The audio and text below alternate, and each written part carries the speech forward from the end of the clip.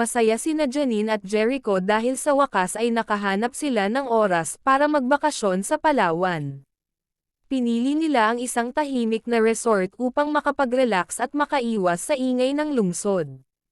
Pagdating nila sa resort, agad nilang in-enjoy ang tanawin ng puting buhangin at malinaw na dagat. Naglakad-lakad sila sa dalampasigan habang pinagmamasdan ang paglubog ng araw. Masarap ang simoy ng hangin, at ramdam nila ang kapayapaan sa lugar. Sinubukan nila ang iba't ibang lokal na pagkain at nasiyahan sa lasa ng sariwang seafood.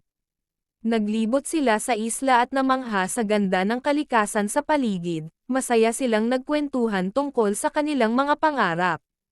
Napagtanto nila kung gaano kahalaga ang oras na inilalaan nila para sa isa't isa.